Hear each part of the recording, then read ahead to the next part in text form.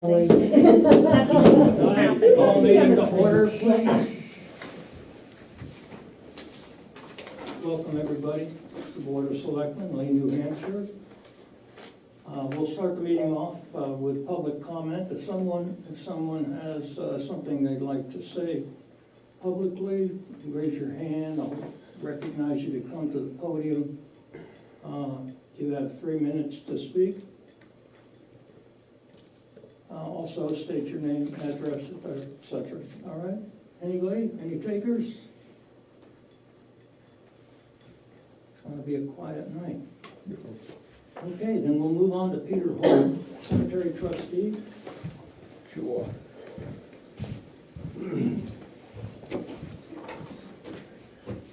Back at our budget meeting, selectmen's meeting, you asked a few questions about how much we had room in the Lee Hill Cemetery and for future expansion. So I went home and sat down and did some calculating. Basically, total graves, I'm assuming the front half of that graveyard is sold out. We've still got room in there we have people that we probably put 1 or 2 people a year, bury them in there, internal. The back half has 1,300 plus graves in it. We've sold, as of the 19th of last month, 747 of them. So we've got 639 left. On your sheet, you'll see a rundown of what rows are open and what rows are partially filled. One of the things we've talked about in the trustees meetings is turning the CD rows into cremation only. By doing that, we increase the numbers. Well, like I said, if you take those 2 rows, you basically take 252 graves, full graves, and you turn them into 665 if you take 5 cremation graves for 1 full grave, and 486 if you turn it into 4 cremation graves. We're still working on just how we want to lay that out, but that's basically where we're at. So I'm figuring we're about half full if we leave everything at full graves. You asked about future expansion. One of the things that came to mind was Clay Lane. We can't use it for our sand pit and stuff like that for future use for the highway department. Why don't we designate it, go through the process and make it into a graveyard for the future. If you've got any other questions, fire them away. The grave that's at the cemetery that's at Clay Lane already, is that on town property or is that on private? It's on so you could just kind of expand from that? Yep, we can expand it out from there and go right, clean off all the trees. You've got, I don't remember, 7 acres? 7 acres of grave, that's a lot of graves. The other question I had is in terms of, you gave us numbers in terms of how many graves are left. How many years, based on what you're seeing in terms of that particular space will last? Well, I think your comment was you won't be alive, but that doesn't tell me too much, so. I still won't be alive. Oh, okay, well. Basically, this year we've sold 15, I think, graves so far this year. I think we average probably somewhere between 5 and 10 a year. Okay. We've still got 2 or 3 people that have expressed an interest, but they haven't set up a time to go down and look. Okay. So I'm going to say we'll average, I think 10 a year is probably a safe bet. And the going trend these days is for cremations, not for right? Yeah, with a cremation, and if you use strictly a flat stone, we have no trouble putting 4 graves in a full grave, or we can fit a 5th if we had to. If you want a headstone, then it definitely goes down to 4 at the most, and 3 is what we like to put in it. Excellent. Thank you, Peter. Anytime. All right, thank you, Peter. Number 4, item number 4 has been withdrawn. We'll move on to number 5, Karen Rossi, Finance Administrator.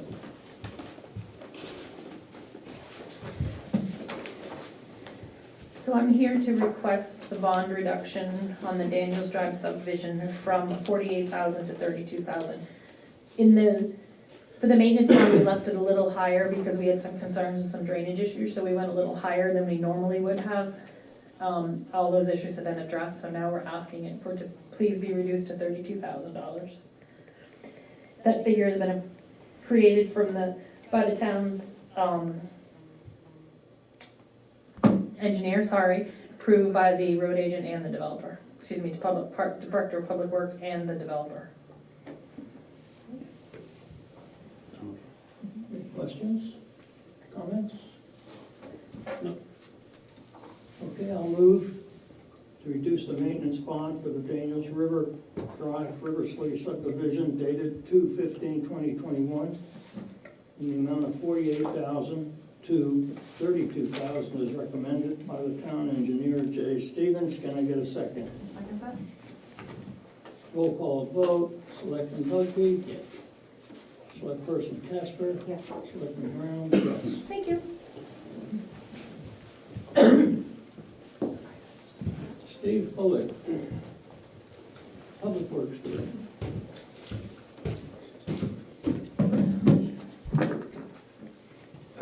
So like a couple months ago, I was tasked with coming up and identifying developments in town and coming up with a plan for the developments in town that didn't have drainage easements attached to them. So there was the obvious one, James Farm, and we found one other one, Decatur Drive, which was built the same year. So in doing that, especially on Decatur, which that one is more urgent right now than James Farm, we have a pipe that is starting to collapse on the shoulder that goes from a catch basin across the road into someone's yard. There is no drainage easement for the outfall of the pipe through the yard, and the yard's been built up over the years since it's been built, and the pipe now would drain out into a wall that's probably a foot high, so there's about a foot worth of dirt that's built up over the years. The only way to make the water flow is to get a drainage easement and try to drain the water through the yard and make it dissipate. So this quote for the Decatur Drive one is not to find the rights of ways, because that is the only pipe on that road, so that's the only drainage easement we would need on the entire road. Everything else, there's no problems with. And that would be the $6,000 for the drainage work for the easement to get it. And I haven't approached any landowners about anything yet. This was the first. If you guys were to move forward with it, we would start knocking on doors. The James Farm one, because most of the ditch lines, from my estimation measuring, run almost in the exact center of the edge of the right-of-way. We need to find if that's actually the right-of-way, since it's all pins, and I'm just measuring from the center of the road. And in front of the property where we had the issue, the road is not in the exact center of the right-of-way, so it may move a little bit. So we need to find where the right-of-way is, put new markers in, and then remeasure everything and figure out where we actually need drainage easements and where we don't. There are pins out there. The problem is they were just iron pins, and it was built in '73, so those iron pins are long gone. Or they're there, but finding them is like a needle in a haystack. So I came before you to ask to move forward with the Decatur Drive one, and we take the money out of the highway CRF, if it's possible. That's John's here. I don't know if it is 100% possible. And then James Farm, I just came to discuss it and see what your feelings on it were.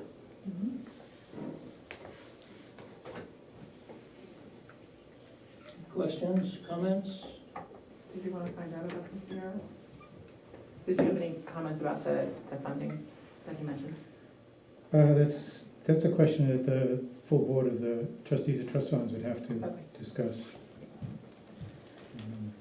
This is Okay, Waterway. in that case, I guess we have to make a motion on this, Yeah. don't we? I'll make a motion to recommend moving forward with the proposed drainage survey for Decatur Drive submitted by Jones and Beach Engineers for the amount of $6,650. Can I get a second? Yep, a second, I'll second that. Do we have one? Is that what you're looking for, Denise? I'm sorry? Are you looking for something? No, I just was wondering, Okay. did you cover it all? Yes. Great. Well, we need to find where we're gonna pay this from. I might be able to take most of it, if not almost all of it, from the engineering line, from the budget, but And water is also one of the things that's on the top priorities of the ARPA funding as well. And that's something that we're supposed to be doing, is figuring out runoff and potential flooding issues. So where do we want to charge it then? You want to charge it to Steve's budget, and if we can move it to the ARPA funds? That makes sense, and once we decide how to fund that, we know we have funding there. So if you will, two, take a friendly amendment to have the source of funding from the highway department budget? If you two will accept that? Yes, I would accept that. I'm having a hard time hearing you, you're in low mode. I'm in low mode. I'm in low mode. I don't know what that means, but. So if you two are amenable to accept the friendly amendment that the source of funds comes out of the highway department, and then when we figure out if we can charge it to ARPA, we can charge it to there instead. Mhm. Okay, Are you two amenable to that? I If you am. are, that's fine. To the amendment, yes. all right. Roll call? I think we have, we can read it again if we want to. I read the motion. We're just talking about where the money's coming from, not the fact that we're spending it. Right. Do you want to add the James Farm with the Dakota, or are we doing them separately? Are we separate? I don't think Steve asked for funding of the James. I did. Oh. I did not at this time. I just wanted to discuss it and see how you guys felt about it. If you want us, I just want to know how you felt about it. You want to try to maybe do it in pieces instead of all at once?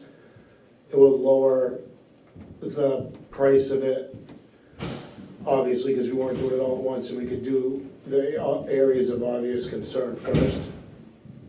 Maybe do it in halves. In my opinion, when we find out if we can do this with ARPA funding for the Decatur Drive, then we can possibly use the same funding for the James Farm. Mhm, I agree. So if Andy and Denise or whomever can find out if that's possible, then we can do that. But I'm interested in you pursuing it personally. I am as well. Okay, so we still have, we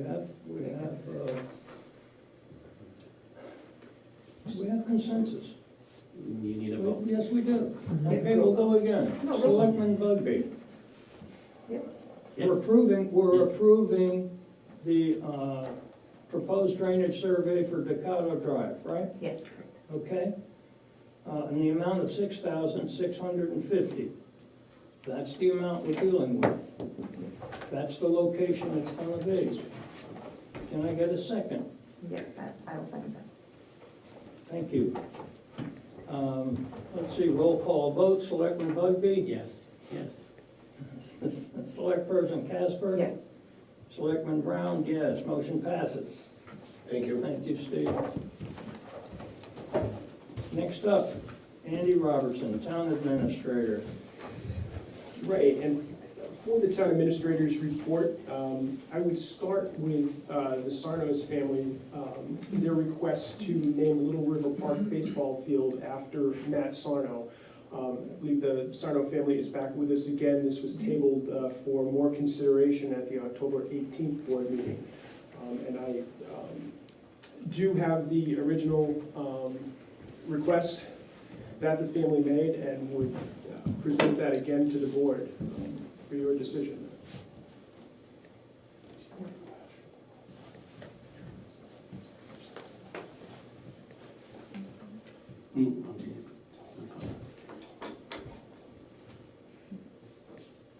Okay, any questions? Any?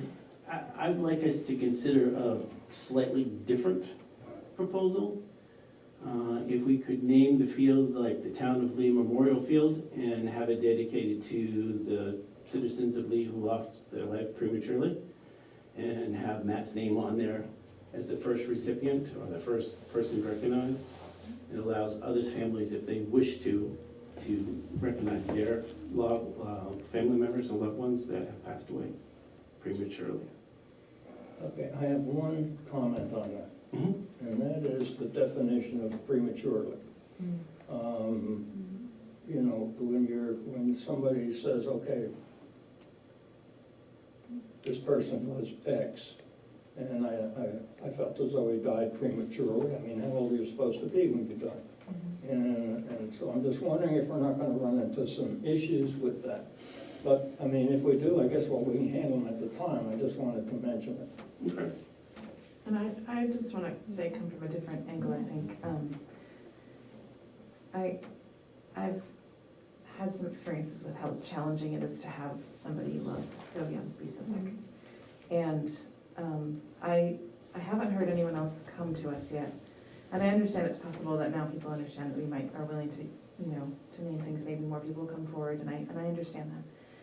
But I feel like it's a really genuine request for a really loved person that they just need some closure around. And I feel like this is a really special opportunity for the family and the town and the people that loved this young man to really honor him. So I think I prefer to go ahead with that as requested. It's fine.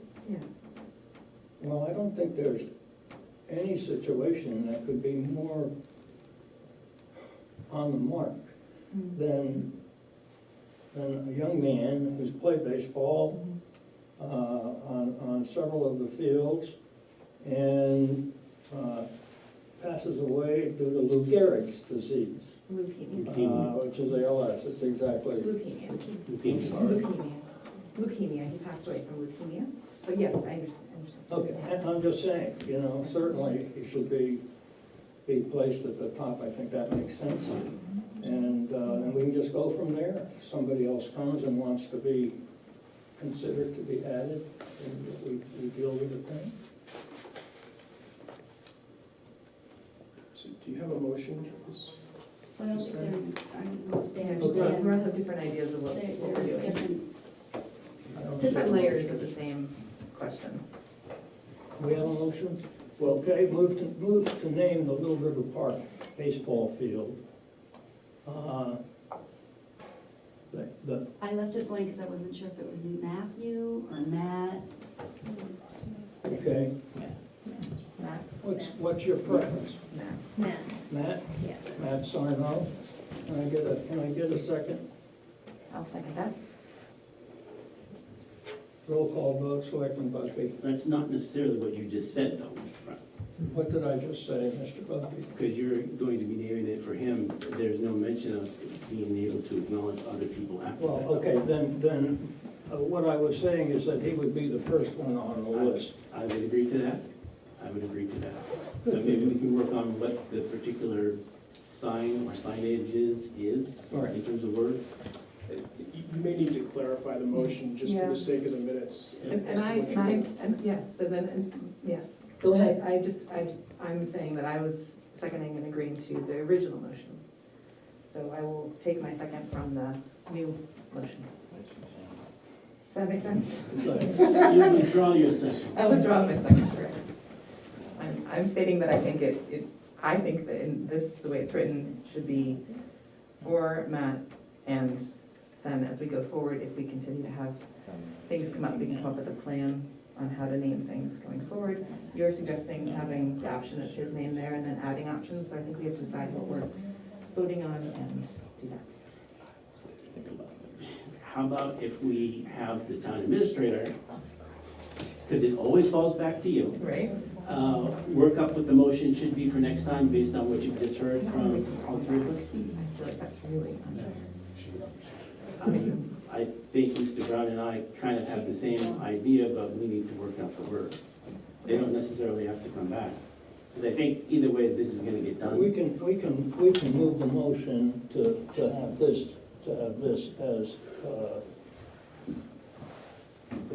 what's gonna pass, which is to have Matt on the lead, right? And We can other pass people can that. be added afterwards or something. Yes. Okay. And we can work on the words. So do you want me to revise this, or are you going to vote on it this evening? I think we should vote on it. Using Mr. Bugby's initial, I don't have the words written down, so I think it's a little bit nebulous at this particular time. That's why I was suggesting if Andy could write something, and then we can react to it in email, and then vote on it the next time. Because I think either way, it's gonna get done. I'm happy to do that, obviously. Either way, we'll get it done. Either way, we'll get it done. Okay. Okay. Yeah, thank you.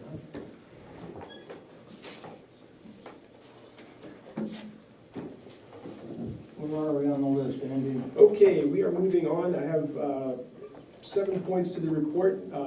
I did mention last meeting that we were looking at town office computer replacement.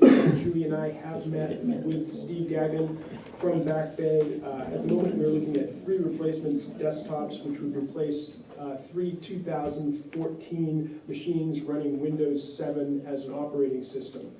One of those machines, and this is a result of a request from Joanne and Mr. Jeans regarding trying to have a dedicated computer for large financial transactions and banking that could be 2-tier secured behind a brick wall, that we would not have people on the internet on, not have them searching other sites, that type of thing, use it exclusively for secure financial transactions. And I'll speak to this a little more as I get a little lower in the list, because they've provided a report to you as well. But that's where we are right now. Steve has also recommended that we replace the server, which is a 2014 server. He had estimated the cost at $6,000, and he had estimated that we do it in last year's budget cycle. It was not done, and as near as I can tell, the funds were not encumbered moving forward. So unless we can find money elsewhere, I think that may have to wait until the next budget cycle, just given the amount of expenditure. But we're certainly looking to see what we have available. But at this point, it looks like we could handily replace some of the 2014 Windows 7 machines. Steve Bullock had also given me a couple of ideas for his department, sort of piggybacking on what he talked about last week, the ability to run maintenance and inventory parts, that sort of thing, on a machine that actually works. And he had pointed out that they have a couple of machines that are essentially recycled private computers, one of which that does not work with the internet, which is not particularly useful to their department. So we'll more than likely be looking at that as well. Employee cell phones, both Julian, Before you jump, so are you still working on a replacement plan? Maybe I need to articulate this a little bit differently. I would like to see a list of all the computers that we have in town, how old they are, and when they're scheduled to be replaced. So it sounds like you've identified some that need action, but I would like a list of all of those so we can plan out going forward, how much we have to budget each subsequent year, so we know how much needs to go in the budget and which ones need to be replaced. right. So And I think we can get that from Steve. What he provided me for this meeting was basically through last year, with one addition for the 2022 year. And when Julie and I went through it, we also discovered that there appeared to be some inconsistency with what had been replaced and what hadn't been. So we can certainly work to that end by next meeting. can I ask you a question? You've mentioned it twice. You keep saying Julie. Did you? mean Just Denise. mistakenly. So if you hired I somebody got it down, new, paperwork. I let the first one go. The second one, so do you mean this lady over here? I mean Denise, yes. Oh, Denise, okay, all right, just to be clear, okay. It's I'm having a mental block because virtually every piece of paper I Says look at Julie. and every email I get says Julie on the top of it. That's exactly what I Alright. imagined when you said it. I was like, Fair yeah, enough. that's what it is. Nope, I appreciate the reminder. So if you can tell us in terms of, the cost, you told us about the server, but in terms of the sort of workstations that you're thinking about, what's the cost for those? The cost was originally budgeted in the replacement plan at $850. Steve came back with a slightly elevated cost for those new machines of $885. One of the more expensive items was a monitor for the new standalone machine, but I actually donated a monitor that I had from my former insurance office that is available to use on that. It's big enough to Okay, work. thanks. As I mentioned, Denise and I met with the local Verizon franchisee here in Lee to review potential options for cell phones. One of the things that we had hoped was he would tell us that he could handle warranties and phone replacements and that sort of thing through his office. He did not tell us that. He told us that they use the same procedure as any other Verizon office, and if we had insurance claims, loss claims, that type of thing, we would have to log into the internet, make arrangements, and then mail phones back and have them mailed back to us from essentially the same place that the government contractor uses. So I had a meeting on Monday with the NASPO Verizon municipal sector reps. At this point, I'm creating a town account with them. We have a police department account that is not a full municipal account, so they suggested I create a fresh account. Once I create the fresh account, which will take 4 days, according to them, they will get back to me with an actual contract for the phones. I believe Denise and I identified 13 town employees that we would want on those phones for privacy and record-keeping efficiency. Moving along, I did create a BOS expense reimbursement policy, draft policy. I couldn't find a town that had a specific Board of Selectmen reimbursement or expense set of regulations. Pretty much all of them that I spoke with use the standard employee reimbursement plan, but I did put together a draft plan for your perusal. It is not set up to approve this evening. I figured you might have some input, so I left it in draft form. Tried to cover what I thought you might be concerned about and put some remedy in there should there be disagreement or. I think one of the things that I was thinking about was printers and paper and all that stuff we buy in bulk and we get a good discount on, and if we were purchasing them at home separately, that can become expensive, so maybe a limit on the individual reimbursement, maybe like a printer cartridge, or I don't know, or just suggestion that you print at, it's more 50 pages. Okay, and I think probably we could incorporate Denise actually purchasing those things through our contractor if we needed them for you as well. Certainly the paper, we buy bulk paper. We can certainly provide paper to the select person. Most affordable, Board members. And I've done that before, and you included in there. I like what you wrote. I didn't really have anything that I thought needed to be changed, so I thought it was good. I'll formalize it and get it back to you then. Great, thank you. BOS stipends. I put together a survey of what surrounding towns provide to their select boards. I did my best on the trustees and trust funds. Wasn't a lot of information, I will say, and thank you to Mr. Tappan for catching the trustees that I inputted for me. I put in the total amount for the group of trustees, not the individual. They are at $100 apiece, not $300.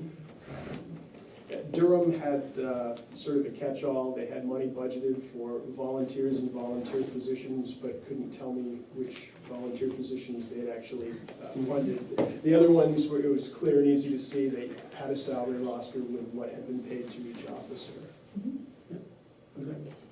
Gives you a fair idea of where you are. We do have the MRI wage classification and survey. Denise had sent that out to everyone that you had been working on. I also included some COLA information. I think it's fairly common knowledge that the Social Security COLA has been set for 2022 at 5.9, which is very high, but the CPI for the Northeast, and that was the classification U, all goods, was at 5.4 as well through October. So just something to consider as we go into budgeting. Under miscellaneous, you should have all received a copy of a memo from Ben Jeans and Joanne Clancy, and this document outlines the procedures that Joanne and Ben are using right now or planning to use to minimize the town's exposure to cybercrime.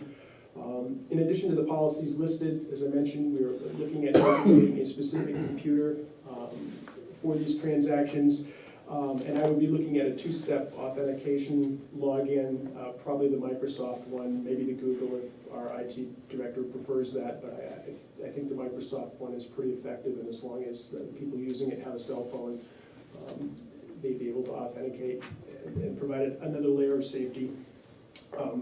Ben and Joanne are committed to minimizing the town's risk, and have put a lot of thought into this. We've also been reviewing the town insurance policy. We have a Beasley cyber policy endorsement on our town municipal package. At first glance, the limits look very robust, 25 million, 250 million, until you realize that it's for the town, the entire municipal group. And our limits are more in line with 750,000 aggregate for incidents. I think, part of what spurred this is the concern from what happened in Peterborough. And despite the fact that this probably wouldn't, the measures described here probably wouldn't have prevented Peterborough because it was simply human error, getting a bogus email and changing ACH bank account routing numbers.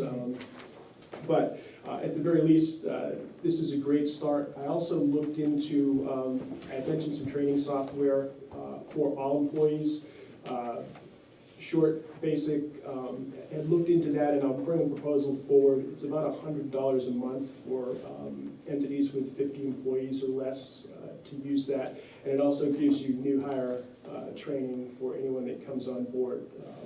The one that I'm familiar with is Ningio, which updates every 30 days with whatever the latest phishing, social engineering, basic scams are, and gives you some training on that.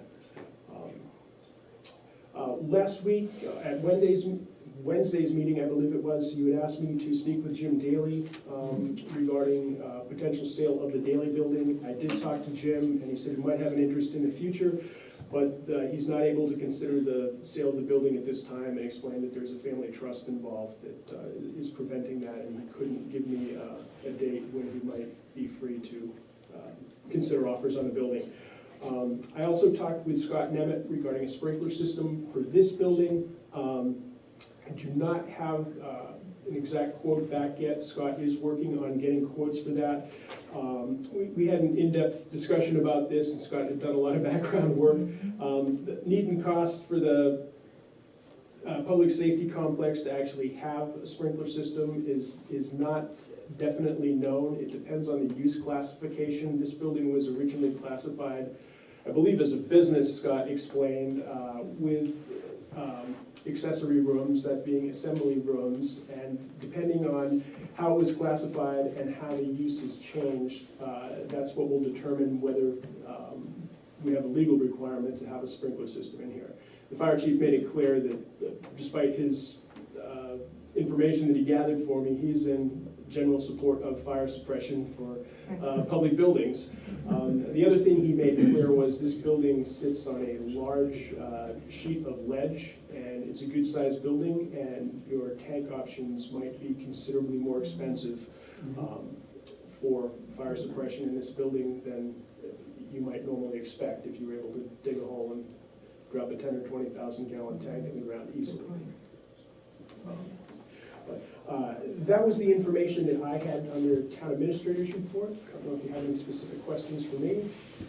Did you also share with the fire chief our thoughts in terms of this building going back to specifically all police and fire?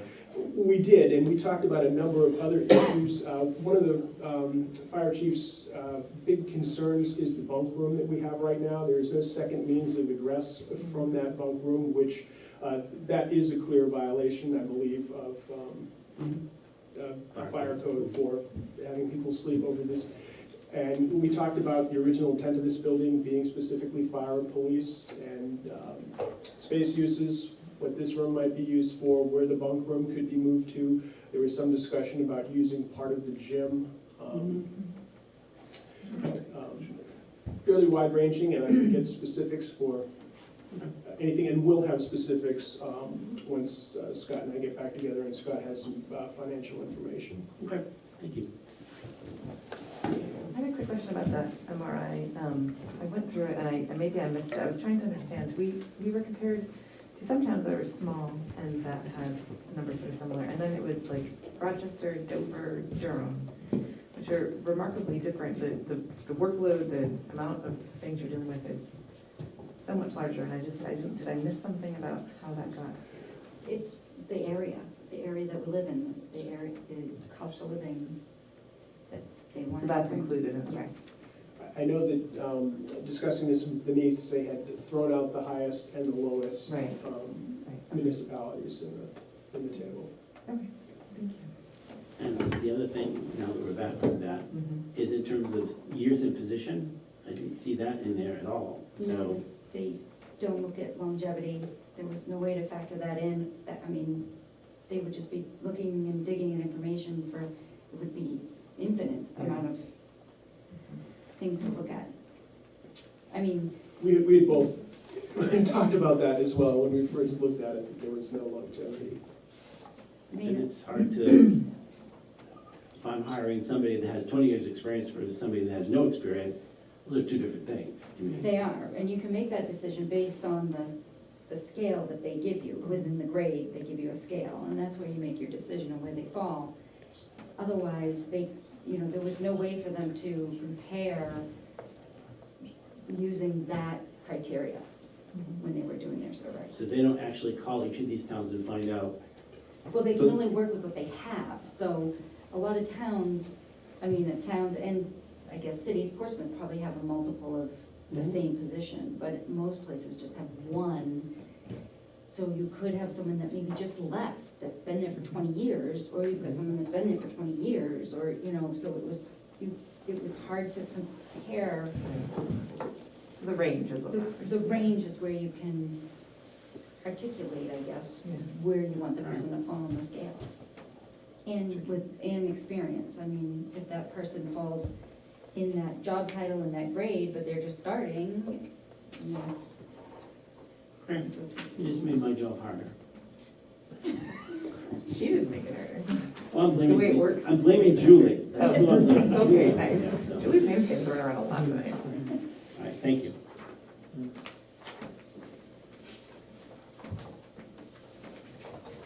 Okay, I'm a little confused. Is the motion to accept the consent agenda as presented?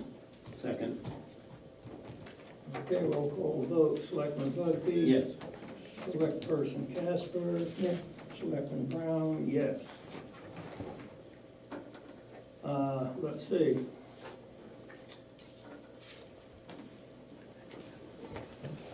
And I have the signature pages for the agricultural commissioner and for the cemetery. Yes, that's what, let's see, this is appointment to a board, that's that one, Okay, and there's the signature page. and that's the signature. And here is the second signature page for the cemetery deeds as well. Denise, I'm still working through all your minutes, so, oh yeah, then there's yeah, more to that's, come. yeah. Yes. All you have to do is read them, that's right. Well, reading's hard enough. Right? Imagine writing them all. No extra space.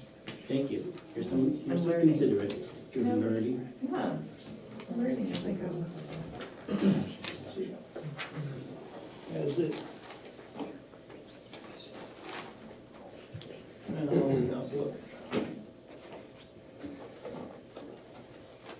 This is for the Ag Commission. Green. What did you say? The deed, it's green. Oh. Good, isn't that cool? But I didn't know covers of onions. Green for grass, I guess. Green for money. I don't associate money with cemeteries, but. Did you already have one? We'll pass that. Okay. There we go.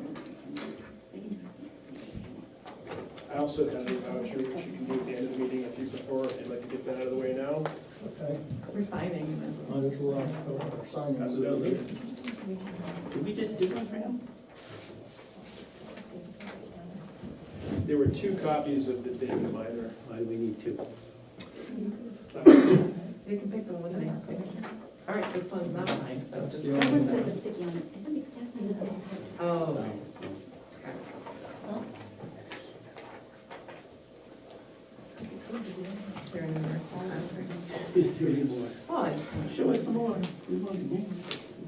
Oh, these. Must be the school district. went up again first. Oh my gosh.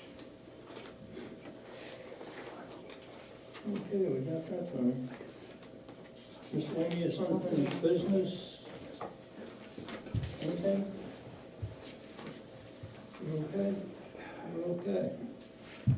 So I'm gonna make a motion to enter into non-public session per New Hampshire RSA 91-A:3, Roman numeral 2, paren small a, X2 and I.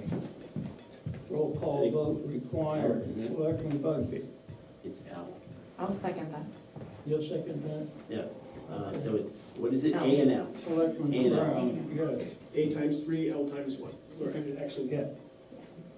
8 times, okay, 8 times, well, this says 8 times, yeah, 8 times 3, L times 1. just 1 L.